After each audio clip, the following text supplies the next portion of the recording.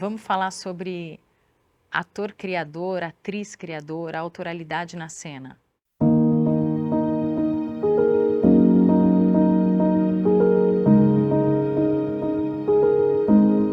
Acho que quando eu comecei a fazer teatro, a estudar teatro no final da década de 90, esse conceito do ator criador, né, que eu gostaria de ampliar também para atriz criadora, era um conceito muito, né, muito divulgado, pelo menos dentro, ali localizado da São Paulo, capital paulistana, onde eu comecei.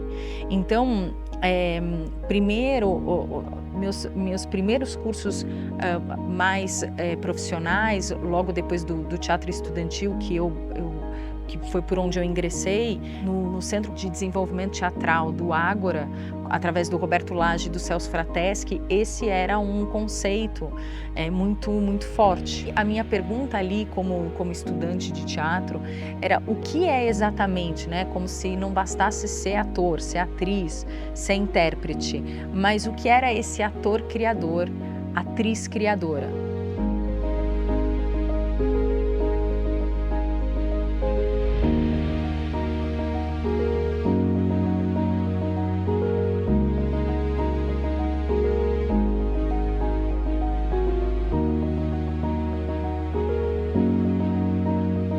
Fui entendendo naquele processo que, para além de você estudar um texto teatral, de você participar de um processo, de você trabalhar o seu corpo, ir em busca de um domínio corporal, ir em busca de utilizar suas ferramentas para a voz, e também entender, né, qual era a estética, qual era o caminho daquela linguagem, daquele espetáculo, era o que você poderia propor para aquela ideia, né.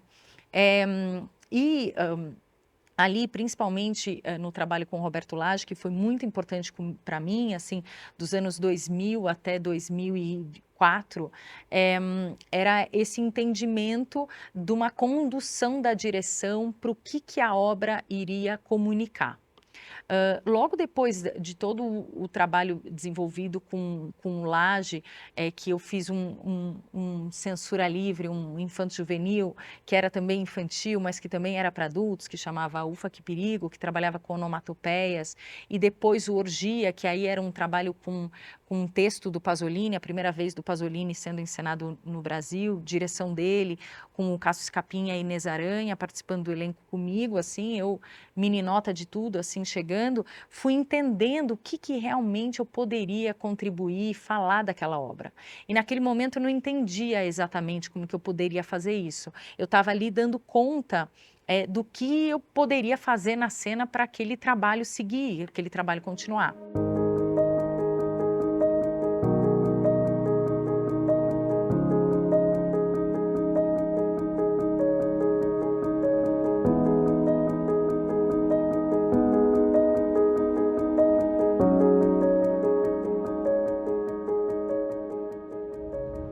Logo na sequência foi quando eu prestei o teste para o Centro de Pesquisa Teatral, o CPT, naquele momento, né, totalmente coordenado pelo Antunes Filho, dentro do Sesc Consolação. E aí eu comecei a ir, meu percurso inicial com o Antunes foi através do curso, né, o CPTzinho, que é o Introdução ao Método do Ator Criador. E aí volta esse conceito, né, do ator criador ali dentro do espaço do CPTzinho.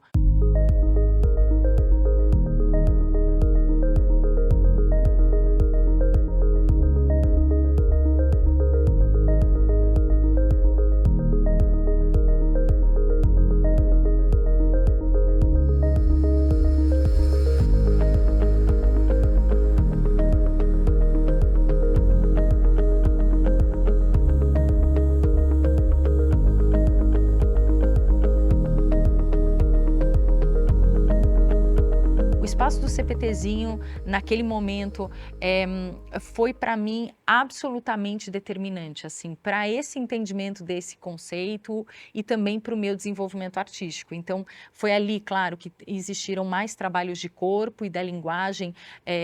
O Antunes propõe um trabalho de corpo com diferentes linguagens, né? Um corpo que pode trabalhar uma linguagem mais expressionista, um corpo que pode receber, né, uma subjetividade e trabalhar com movimentos e gestualidade mais ligados, assim, inspirados no trabalho do Butoh, né? Ou também um trabalho de gestos e de uma expressividade cotidiana, né? Que ali era denominado de falso naturalismo. Então, tem 3 abordagens principais, assim, bem diferentes para que o ator pudesse transitar em diferentes linguagens e também trabalhando a voz, mas o CPTzinho trazia no seu núcleo as cenas de prêt-à-porter.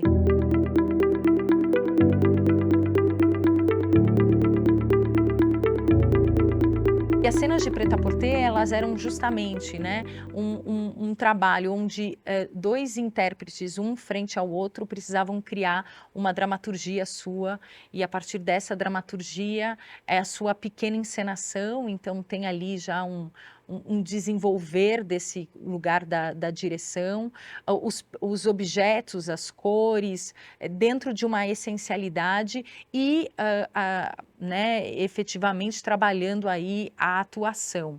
E nesse processo, precisava ficar claro para que a cena existisse, né, o que você queria dizer. No caso, o que eu tenho para comunicar, né? O que eu quero dizer? Essa cena, essa ação, esses objetos, essa encenação, essa respiração, essa expressividade, esse gesto, ele está em função do quê? Do que se quer dizer, né? Então, isso que até para mim, até antes desse processo, era ainda abstrato, eu estava tateando, foi ali no espaço do CPTzinho que eu passei a experimentar na prática. Às vezes, né, um horror terrível, um assombro. Meu Deus, acho que não tenho nada a dizer. E depois, o que eu tenho para comunicar?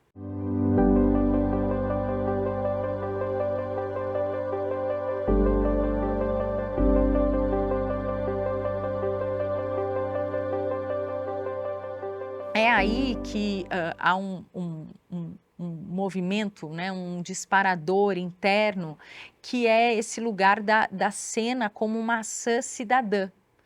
Para mim foi nesse espaço que se deu, né, não acho que é o único, acho que existem várias possibilidades dessa abordagem, mas para mim foi ali que se deu esse lugar dessa ação cidadã da cena.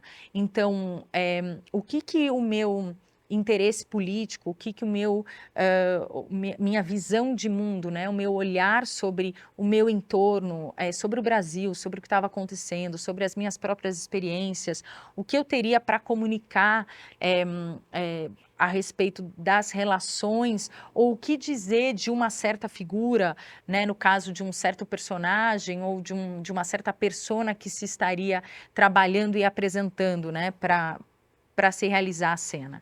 Então, é aí que também faz muito sentido todas as referências que no CPT são colocadas, que aí são as referências filosóficas, né? Não necessariamente para você escolher especificamente uma corrente literária, mas para você começar a percorrer e ir filtrando e entendendo o que para você realmente, como artista, e aí nesse sentido criador, criadora, faz sentido. Então você vai recorrendo a uma gama de referências filosóficas, também literárias, referências de filmes, e essa pergunta ao assistir um filme, mais do que se aquele ator está fazendo, interpretando bem, é qual que é o interesse, qual que é a discussão que se tem por trás, ainda que não seja um filme ou uma peça ou uma cena com uma tese explícita, mas o que se está discutindo, que forças estão ali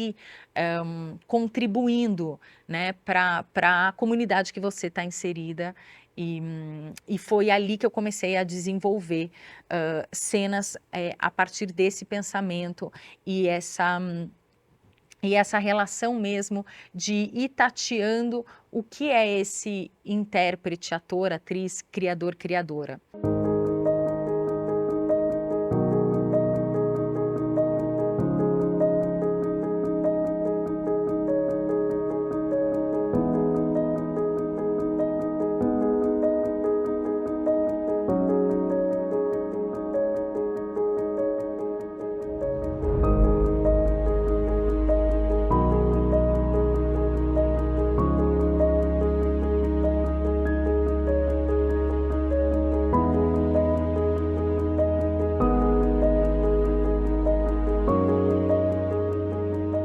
logo depois, na experiência aí já na sala de ensaio com Antunes, dentro da Pedra do Reino, eu via ele, além de né, propondo várias camadas de encenação e juntando artistas de diferentes linguagens, então trazendo ali para um exemplo, para o espetáculo ali da Pedra do Reino, uma dança japonesa, por exemplo, como referência, além, claro, do movimento armorial, que é característico e que diz respeito ali ao contexto do Ariano Suassuna, mas além do contexto da peça, trazer outras referências, num primeiro momento díspares ou que não faziam parte daquele universo, mas sempre pesquisando e rodeando a obra. E aí, a partir disso, falei pesquisando, porque foi ali que eu fui entendendo, então, o que é pesquisa cênica, né?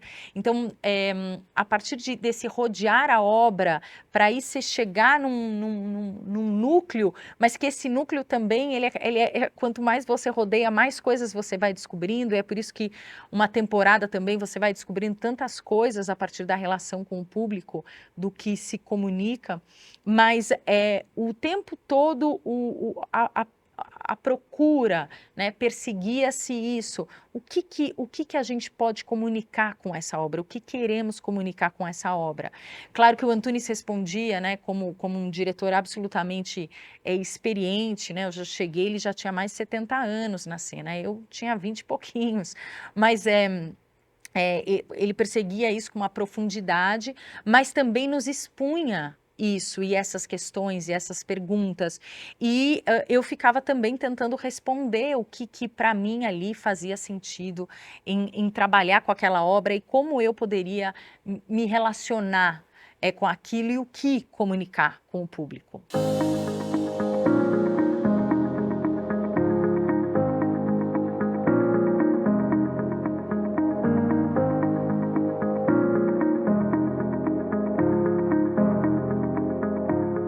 A partir dessa experiência, as outras cenas que eu fui desenvolvendo dentro do Prêt-à-Porter, e uma delas foi escolhida para fazer temporada, que foi um escritório ao entardecer, que aí entrou dentro do Prêt-à-Porter 9, aí essa cena já tinha um embrião, né, do que eu queria falar ali como artista. Então, eu começo a ver que ali começa a ter essa fala dessa autoralidade. E, curiosamente, a minha autoralidade estava ali sendo amparada como uma grande referência pela literatura da Clarice Lispector. Então, a partir dali, é que eu começo a desenvolver os meus espetáculos também como diretora, e aí como intérprete criadora na cena.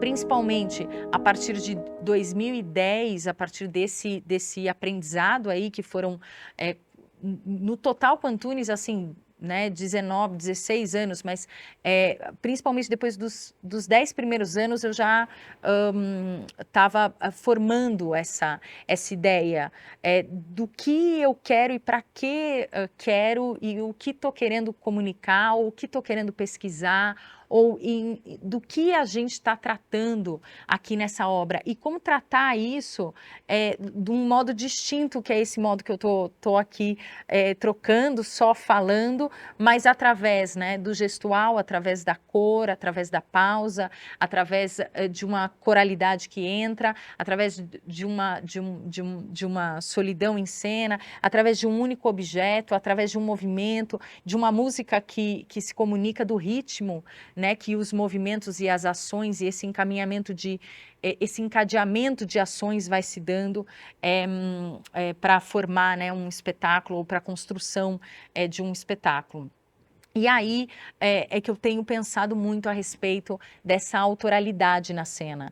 Então, não vejo que uma autoralidade, ela precisa que o texto seja escrito pelo ator ou pela atriz ou pelo intérprete, né? É um caminho possível, por exemplo, do teatro documental, ou de tantas formas possíveis ali do teatro performativo, mas não necessariamente. É possível também, acredito que com um texto que não seja escrito por aquele intérprete ou por aquela intérprete, ou para aquele por aquela equipe criadora, é possível também chegar numa autoral,idade. É possível ter atores e atrizes criadores que trazem as propostas e que discutam a partir de palavras que não são suas, qual é a construção do espetáculo, o que se está querendo dizer através daquelas palavras ou através daquela cena, ou mesmo aquele texto ser colocado em contradição e aí pelo gestos, pela atitude, pelo modo de lidar com aquele material.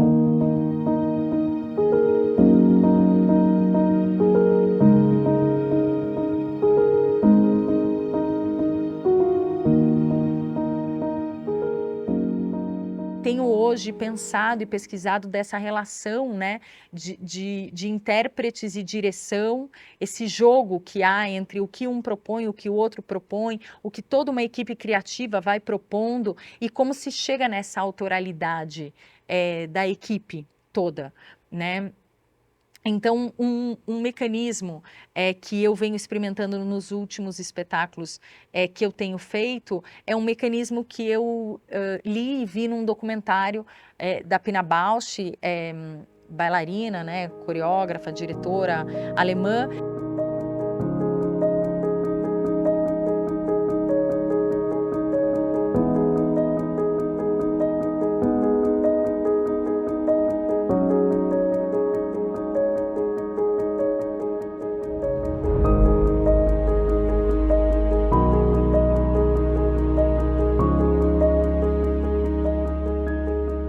Depois de muito tempo trabalhando com os bailarinos, ela foi trabalhar com atores e eles não exatamente repetiam e copiavam, né, o gestual ou os movimentos.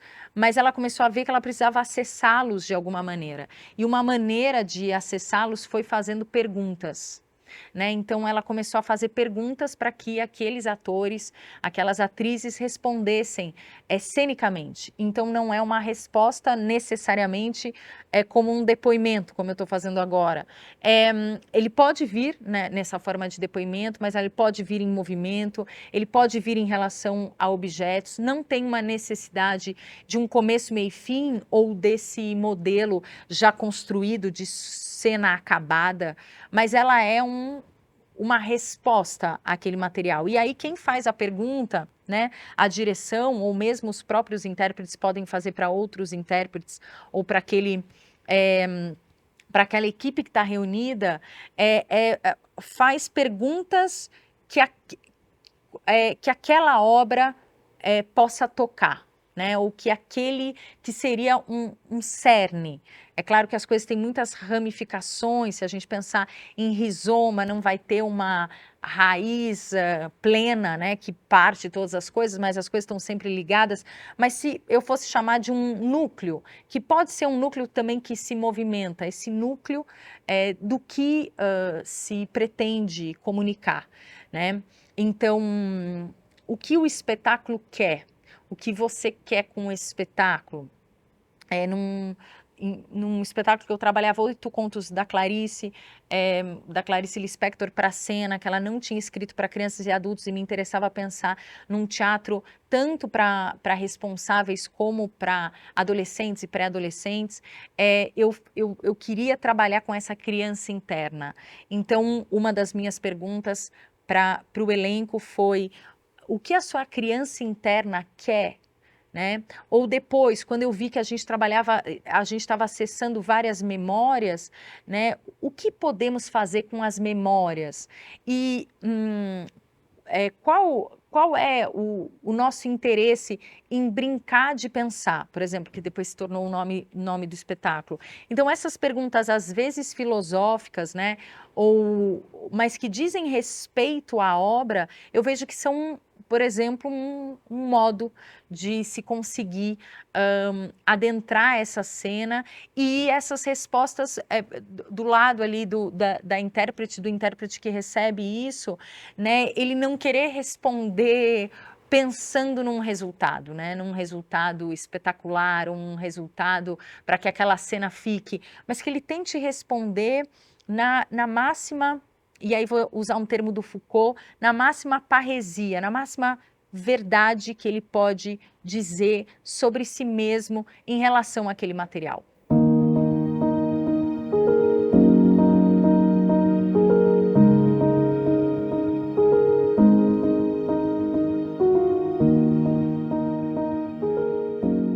Acredito que essas respostas, como uma parte do material, além, né, das partituras físicas, além das outras cenas vindo por outros procedimentos, vão sendo costuradas, e elas podem chegar mais claramente nessa autoralidade da equipe. Foi isso que eu tenho visto nos últimos espetáculos que eu tenho feito, que são perguntas que vão trazendo a autoralidade para que seja tanto essa autoralidade da direção, né, eu estudei muito esses diretores, né, com um traço muito forte, que carregavam o espetáculo, ou a estética do diretor muito presente, mas hoje a gente pensando o quanto essas coisas já estão diluídas em tantos outros trabalhos, por exemplo, né, de diretoras e diretores da minha geração, mas esse jogo, né, de uma autoralidade da direção e de ouvindo essa autoralidade das intérpretes, dos intérpretes, junto com essa equipe de criação, entendendo o que podemos formar junto, ainda que não necessariamente esse texto ou o ponto de apoio seja um texto pessoal de alguém da equipe, ainda que todo texto ele é pessoal de algum autor, autora, dramaturgo, dramaturga. Ele vem, né, de um anseio desse artista ou de vários artistas juntos, mas que ele possa também não ficar em algo que talvez eu aprendi começando teatro, que era como você vai servir ao texto, né? Mas hoje, para mim, a pergunta-chave que seria o que eu quero com esse texto, como eu quero abordá-lo junto ao público, né, e as espectadoras e espectadores do meu tempo.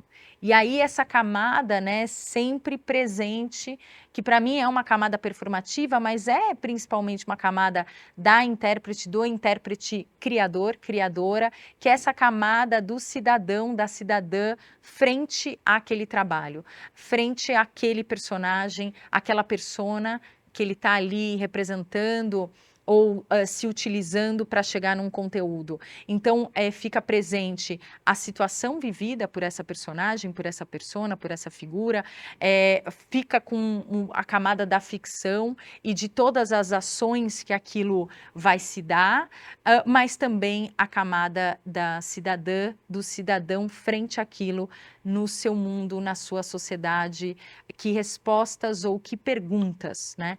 Talvez mais do que respostas, que perguntas ele pode trazer para o momento presente.